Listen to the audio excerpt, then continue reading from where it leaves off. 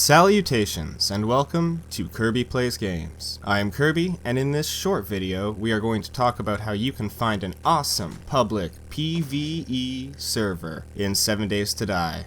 I've had some people comment on my adventures in previous videos, and mention that they have not had the best experiences when joining public player versus environment servers.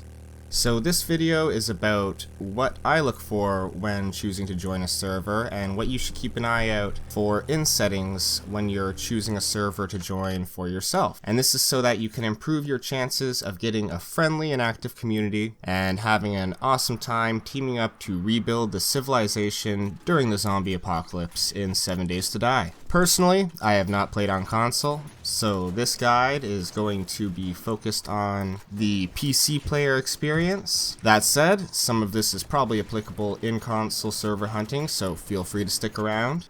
And if you find this video helpful, please do consider liking and subscribing. So now that the intro is taken care of, let's get into how to go about finding a sweet server to call home in the zombie apocalypse. So you can see we're here on the main screen that you're going to have when you open the game. We're going to go to Join Game, and you can see there is a whole bunch of dedicated servers that are populating and are indicated by the icon over here on the top left. We also have some other lists up here. Favorites and histories is useful. It only contains servers which are still active, although they may have been reset. But this is basically a list of servers that you favorited or that you've visited before. So the server list that we're in right now shows the name, the world, the number of players online, as well as the maximum number of players allowed on the server, and the ping, which lower is better. Just in case anyone's not clear about that. And this server list can be sorted by clicking on any of these categories. So here we can sort by the server name. So you see people are putting the spaces in at the front to get theirs at the top.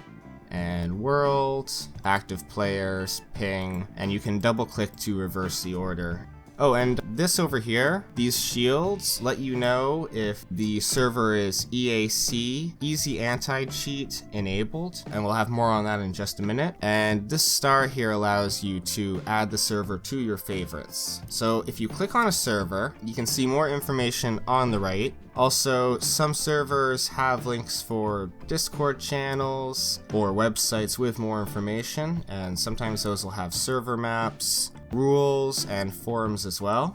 And you can see a whole bunch of information about the game as well. So what I would recommend is, because we have a massive, you can see 3,200 servers to choose from, I would recommend using this right here. You can see show filters to narrow down your list. So we'll work through these options, and as we're talking about what I would usually set the filter to, or if I would adjust the filter, we'll also go through some of these and what they mean, especially if they are important. And as you can see at the bottom, as we change the filter settings, it'll show you the new results total.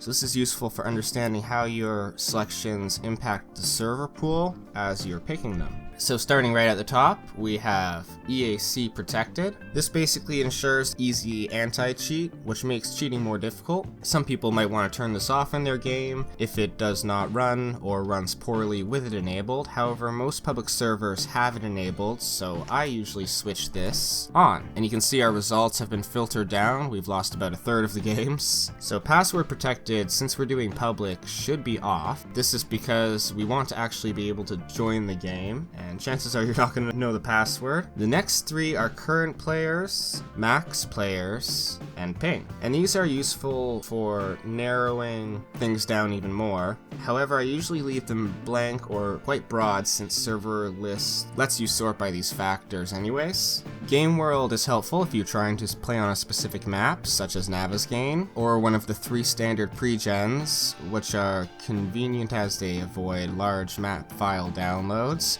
Otherwise, probably not a big deal, since this is easily considered in the server list over here itself. Game day is very useful if you want to attempt to play in a fresh server or just avoid any that are very old and likely to be reset or go stale soon. I will often set this between 1 and 100 myself just to avoid entering late game stage. Vanilla settings gives you the default experience, which I would not recommend isolating yourself to. If you are purist though, this option is available. Vanilla files. So if vanilla files is on, the server won't require additional game file downloads. If it's off, then they might, and any will include both. If requires mod is on, the server will require a mod or a modlet installation. Off does not require any, and once again, any option, which we have selected here, is both. Personally, I like to keep this to vanilla without mods for the most part, as I have found most modded or custom servers have stability and latency issues. This is totally your call though. I'm going to leave all of these to any. The basic tab is pretty straightforward and more or less gives you the first set of PvE difficulty options. So here you can narrow down the scope of difficulty in specific ways to fine-tune your 7 days experience on the server a bit. I will sometimes tweak some of these to avoid anything that is too easy or too difficult, for myself at least. In basic, I often set daylight length to 18, and this is pretty common. I'll sometimes have zombie day speed set to walk, blood moon speed maxed out at nightmare, because I'm just not crazy about servers that make that too easy. Although you can see here sprint is a really popular option, so for now we'll put it there just to keep our options somewhat open. And I like XP multiplier at 100%, and this for me just keeps things from getting too wild with too much variance on that. That said, it's pretty easy to check that, so we're just gonna keep the options a bit more open, because any small variance there isn't really a deal breaker. For difficulty, also sometimes I'll specify nomad because it's well populated and pretty good as a default. However, I usually will leave this blank and keep an eye on it to make sure it's a level I'm happy with once I'm checking out servers. And it's worth noting that these specifics will narrow your list down quite a bit, and you're gonna want to prioritize your selections. I think these are good to start. In the Advanced tab, I would honestly leave these for the most part. Some things you might want to specify or at least keep an eye on when picking a server. For example, loot abundance. Now, too much can make the game very, very boring, so while it might seem very cool to be able to get lots of loot, probably don't want to overdo it. Drop on death. If you hate losing everything, then you can limit the servers to an option that keeps some or all of your gear on death. Also, delete all is an option if you're feeling that. And drop on quit. Almost all servers have this set to nothing, and you can click that in here as well just to be safe. Actually, you can see that it doesn't change our results at the bottom here at all, so there you go. Now, multiplayer is possibly the most important. There's some very important settings in here. Specifically for PvE, or player versus environment games, we're going to want to adjust player killing. So we'll go through as much as we can here, and we're definitely going to prioritize the most critical, which is no killing. Otherwise, you can pick your flavor of PvP, which I don't know, I think kill everyone makes sense. Maybe kill strangers only, if you're playing with friends and you want to avoid friendly fire. Anyways, for us, no killing. Claim size is good to keep an eye on, but the important thing is claim duration. And these days that you're seeing, these are in-game days. And if I'm mistaken about that, someone please tell me, because that is what the interwebs have told me. So you're going to want to consider this factor in terms of how regularly you'll be able to log in to make sure that your claim stays active. Party shared kill range. Having this is nice if you are playing with friends, since you can pool XP from a distance if you want. And you can see the options go up pretty high indeed. And show friends on map is great, but probably not essential for most people. So now that we have these filters, it is easy to see a smaller list of active servers which fit our preferences. From here, I would recommend trying to find a server with a good balance of ping and people. And personally, I usually sort by number of active players.